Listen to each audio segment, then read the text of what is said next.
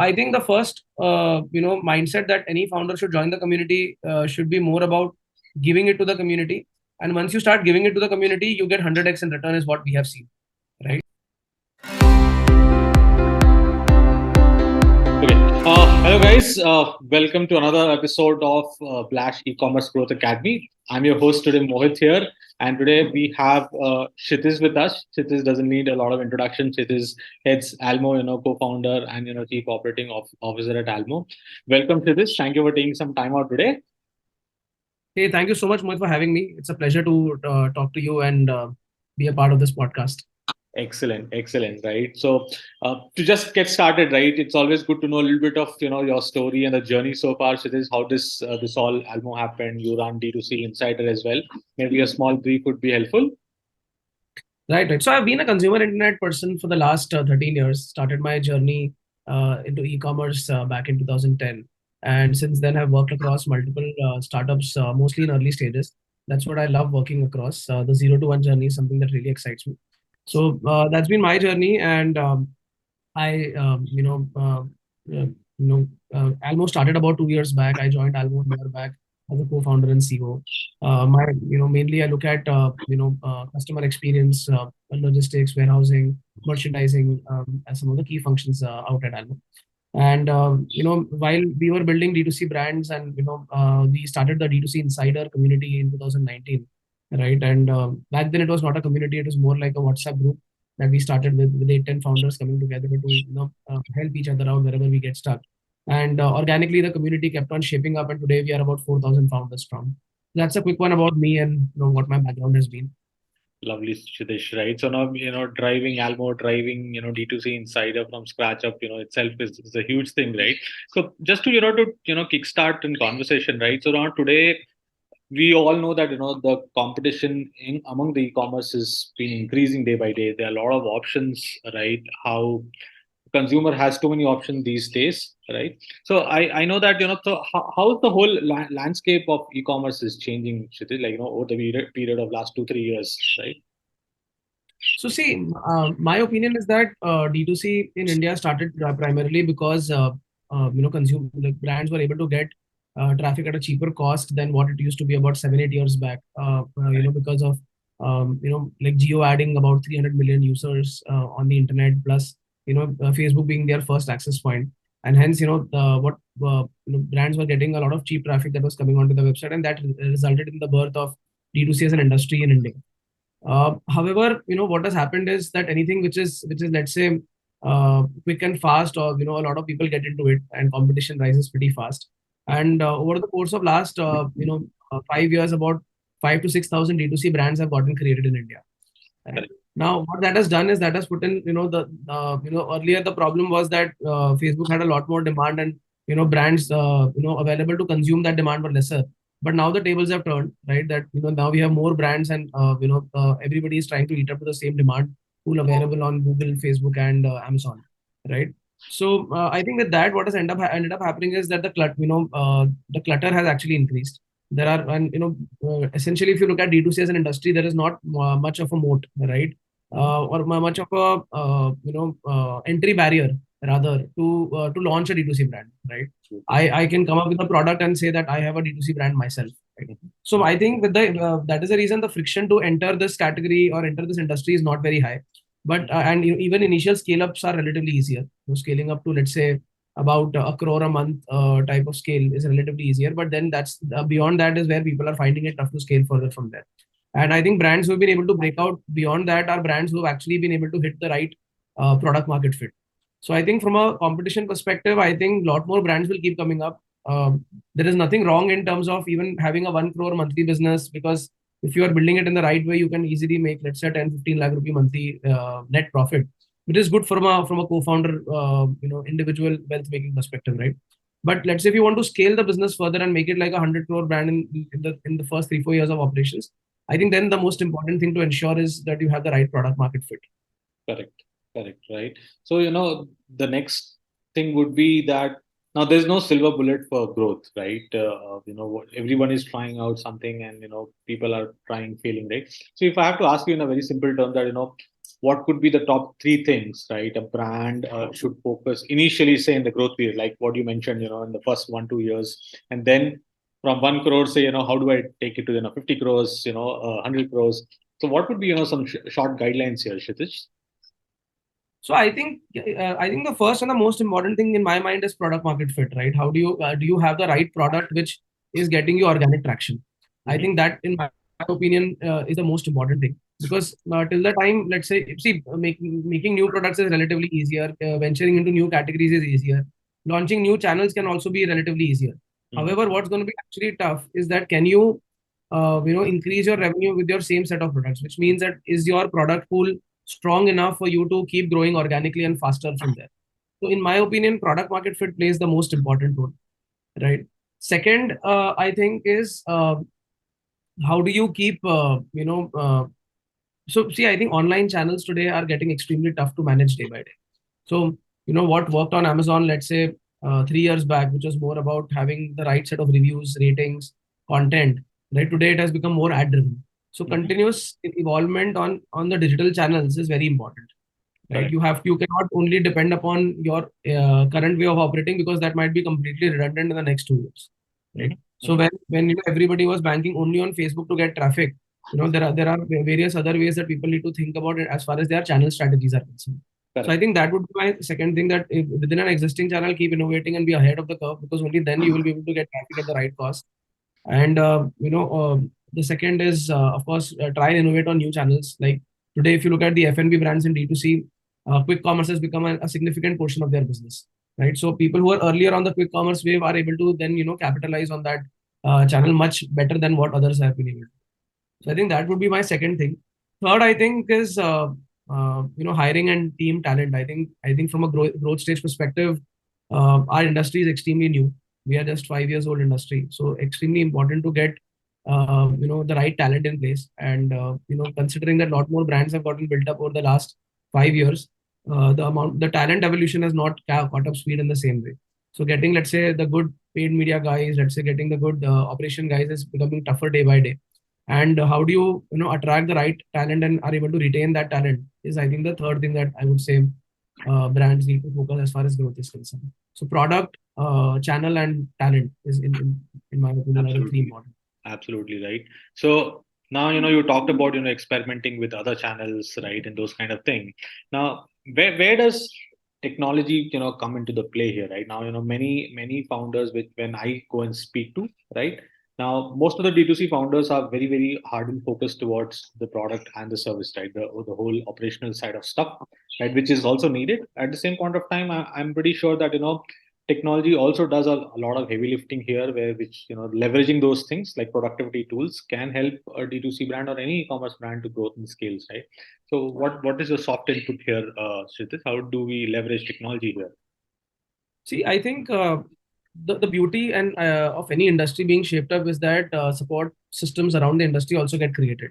So Correct. when brands got built, a lot of support services around the brand have also gotten built over the last 3 4 years. Correct. When I look back, e-commerce, let's say 10 years back, in 2012 13, there used to hardly be any tools available to sell on marketplaces and to even sell on their own website, because that time Amazon, Flipkart used to buy products outright or on sale or return basis. So there was essentially no need for any brand to create to have tools in place, right? Once the D2C advent has started, and people are now more focused on marketplace as a business model, I think a lot more tools have gotten developed. Mm-hmm. Now, in my opinion, building own technology for any D2C brand, let's say under 100 crore scale, is not worthwhile, because the kind of investments that happen on a technology product and a constant evolution that is needed, I don't think a brand should be investing their capital on that, Correct. right? Technology investments are needed, and I think once you cross the 100 crore scale, that is the time when you can think about your top two, three problems which are very unique to you, and for which tools are not available in the industry today, is where you develop in house. Right. Apart from that, if you look at the overall stack, I think today tools are and services are available across every single part of D2C. Whether you look, and I look at D2C into three formats, right? Pre-checkout, checkout, and post-checkout, right? So if you look at pre-checkout, you have various marketing automation tools, demand generation tools available, uh, you know, which help you in that journey.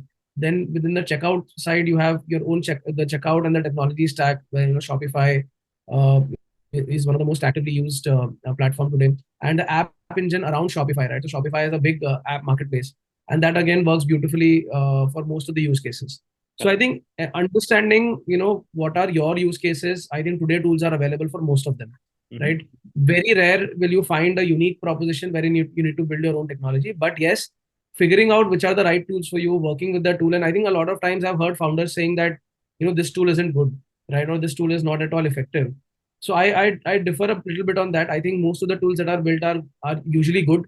Sometimes we as founders fail to make the right leverage of that tool, right? We have to work very closely and deeply on any particular tool to really get impact out of it. Absolutely. So I think technology is extremely important, but I think we are blessed at the moment wherein someone else is building the technology on our behalf, and our job has to be more about using and leveraging the technology in the right way to generate impact.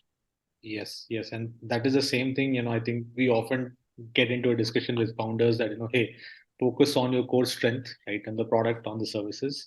Let the other part, probably leave it to, the tech folks, right? But very, Yeah, yeah, absolutely.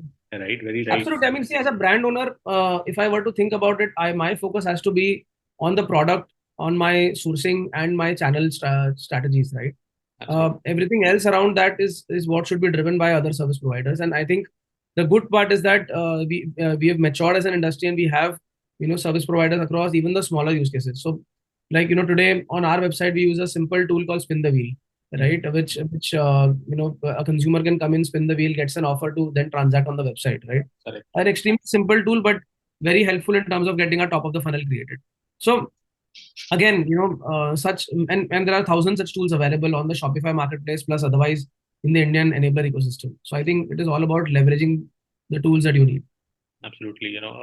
One offbeat question, right? I'm, very intrigued about, seeing the D2C insider journey, Kshitij, right? So, I'm a firm believer of that, now today's world is about ecosystem. Like, you cannot grow alone, right? Now, you cannot build anything which can scale alone, right?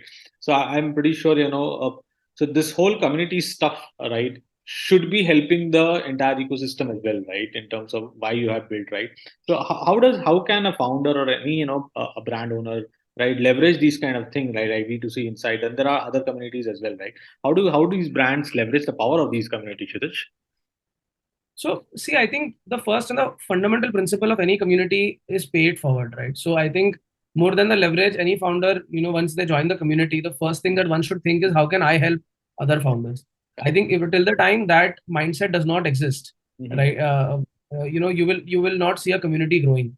So, if I were to look back, the core reason why this community got started, the simple reason was that there were 8-10 founders, and all of us, just simply thought that a community like this can help, because, or a group like this can help. We didn't even know the term community back then, right? And each one of us would have encountered a problem and solved a problem at different stage. I might have solved something earlier than you, and vice versa, right? You might have solved something earlier than me. So whenever if I am coming across a problem that you have already solved, I would want to come to the community and get an answer to that. And if you provide me that answer, Mm-hmm. tomorrow, you might come across a problem which 10 of us would have solved, so you will get a solution from 10 of us, right? So I think the first mindset that any founder should join the community should be more about giving it to the community. And once you start giving it to the community, you get 100x in return, is what we have seen, right? Absolutely. From a leveraging perspective, I think the community is extremely strong. We have 4,000 founders, 3,000 brand founders, 500 investors, 500 service providers on the community, right? The community essentially serves as an access point, right? Today, that let's say while one is building their brand, if they need anything in that journey of building the brand, the ecosystem exists right in front of them on a WhatsApp message.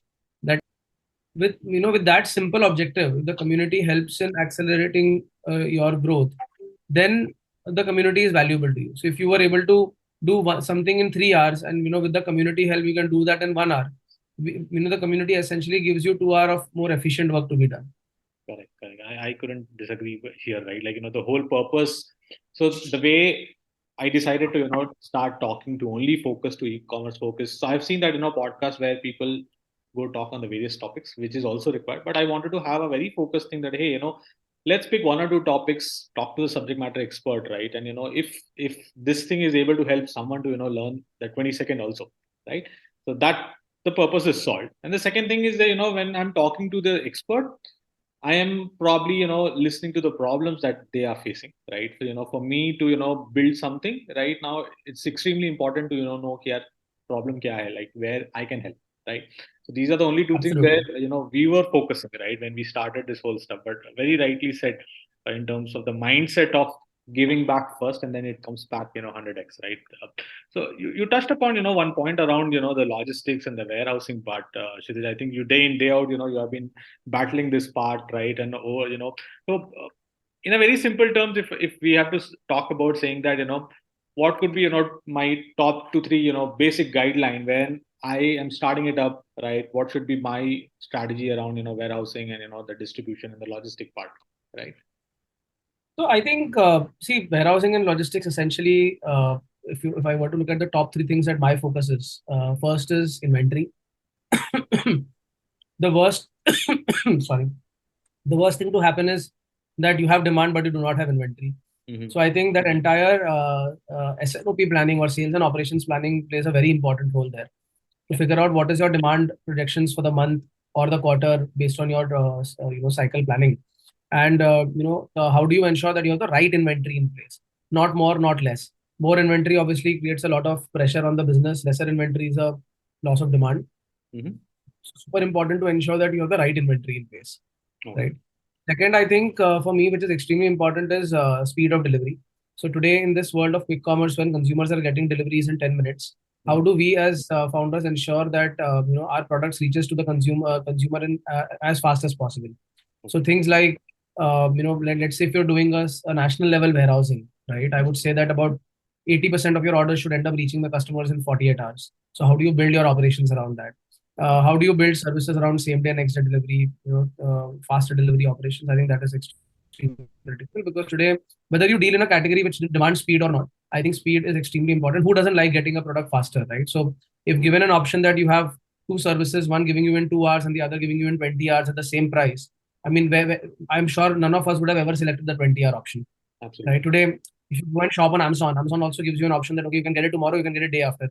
I don't think anybody would have ever selected, okay, give it to me day after until unless they're not available tomorrow, Yes. right? So I think speed of delivery plays a very, very important role, right? And I think third is error rate, right? So how do you ensure that your error rates are, or let's say defect-free orders, right, are minimal, right? Because those, so if you look at any customer experience, right, 95% of customer experience goes seamless, right? If you have ever ordered with any website consistently, you will see that 9 out of 10 orders have actually come on time. Nine out of 10 orders never had any issue, right? But that one order which essentially spoils the customer experience, right, is the point of concern, because that is the point where the customer, you might end up losing the customer, right? Customers today have very little patience, right? And you need to ensure that your entire order experience remains defect free.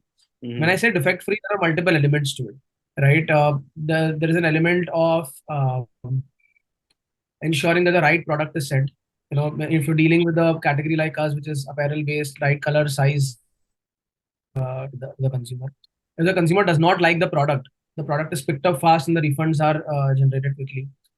If let's say the consumer has a complaint on the product, your Mm-hmm. customer service team is equipped enough to quickly handle that query. Your wait time on the call or a chat or an email is not more, like if it's a call, it should not be more than 60 seconds. If it's a chat, should not be more than 30 seconds. If it's a if it's a in email should not be more than a 60-minute window. So how do you respond? So I look at average response time and average resolution time, right? So how fast are you able to respond to the customer, and how fast are you able to resolve the query for the customer? So I look at these three as the core metrics, that how many orders are actually error free or defect free, wherein there has been the order has been received on time by the customer. There has been no complaints. There has been not even a single call on that order to my customer service team. Second, as I said, is I look at speed of delivery. Third, I look at is the health of my inventory. So I think as far as warehousing and logistics is concerned, these are the top three metrics that I look. Absolutely. So one interesting thing which I keep reading in most of the research reports are, for the e-commerce next 5 years, the tier two and tier three cities will be playing a huge role in terms of sustainable growth, right? So where the important factor of these, CODs, your RTOs comes into the picture, that, मैं tier three में भेज रहा हूँ कुछ, कितना वापस आएगा, right? So like, Are you guys working on something in terms of which to minimize these things, or the brands can take care of some additional step, right, to minimize these stuff? Because I think these actually dent something big time in your profitability as well, right? No, indeed it does, but I think a lot of solutions are now coming up. So, for example, there are solutions now to convert a COD order to prepaid, right? So, with a series of different nudges that come out, the customer ends up prepaying the order even if they have selected a COD order before even we dispatch the order. So, obviously, COD versus prepaid has a huge impact as far as RTOs are concerned. A prepaid order would have a 1% RTO versus a COD order might have a 20% RTO. So, I think conversion to prepaid, and I think UPI has played an extremely important role out there at a time when large players used to have a COD rate of about 55%. Today, in our categories, and we also incentivize prepaid orders, of course, but in our categories, our COD rates have gone down to as low as 15-20%. Right. So I think that plays a very important role. Second, I think there are tools like GoQuick, if you've heard about, right? They give you they are a checkout platform across about more than 600 websites today. So Mm-hmm. they have a huge database of consumers and they track patterns of a consumer transacting across different websites. So they give us insights whether this order could be risky, non-risky, etc. as far as RTOs are concerned. So we again, whenever we find a risky order, um, we ensure that we verify the order before sending it out. So verification first happens via a call, which is an IVR call to the customer. If that is not answered, we send out a SMS. If that is not responded back, we send out a WhatsApp. And even that is not responded, we do a manual call to the customer. So till the time the order is not verified, we do not send it out. And I think platforms like GoQuick help us to track and identify if the order is risky or not. So I Okay. think RTOs that way I think are being solved as we speak, and I think the problem is only getting minimized year on year with more prepaid options increasing and also with the tools like this coming up. But I think yes, you rightly mentioned that the next wave of growth is going to come in from tier two, tier three towns, and I think purely my theory on that is that India is a land of various ethnicities. Every state, city, village has a different product offering, and these products are waiting to be nationalized, right? If you saw Shark Tank, someone from Bihar is making pickles and nationalizing that brand, right? Someone is making puran poli in Karnataka and nationalizing that brand, right? So I think people know that there are various products available across different parts of India. Someone building pashmina shawls out of Kashmir, right? Yes. Part of our community as well, right? Oh. So I think everybody is actually now trying to figure out what are the right products, and I think India has enough of them. So the only issue was that they had lack of access because they were not sure of how to build a D2C brand. What does it take? I know how to build a mom and pop store, but how to use digital as a medium. And I think that's where D2C Insider plays a very important role because we want to be that support system for any and every founder wanting to build on D2C. So, the community comes there as a support system that when, if you have a founder who's, so, in the last Mumbai event that we did, there was a founder who came in from Raipur, right? Mhm. And was building the startup from there. And was extremely happy to come to the event because she was like, this is the kind of exposure that we lack in cities from where we come from. And hence, this plays a very important role. So I think tier two, tier three is going to be the next wave of disruption. I think consumers there are getting more and more matured to take it up. Platforms like D2C Insider can help to be a support system. And I think worries in terms of solving for RTOs and other things are getting solved as we speak. So I think it is only going to get minimized over the course of the next few years. Also, if you think, right, the first e-commerce 1.0, right, Amazon, Flipkart, Myntra, etc., coming in, they have kind of solved for a lot of these things for us, Correct. right? Today, accessibility or reaching these towns or cities is no longer a problem, right? Yes. Every courier partner ends up covering 18-20,000 pin codes. So, that is not a problem. So I think as an industry, we are right to take demand from these cities, right? So I think brands are all ready to take demand. I think we already get more than 45-50% of our orders from apart from the top 5-6 metro cities, right? Correct. And from a supply standpoint, I think you will see a massive explosion of brands happening from these cities because these guys have the right business mindset, they have the right product, right? They have specialized on certain supply chain. They were only lacking this new channel of selling and the know-hows around it. But with the third generation next now coming in each of these businesses, I think a lot of ease is coming up. Lovely. Yeah, yeah. Means I'm thoroughly enjoying this conversation, Kshitij.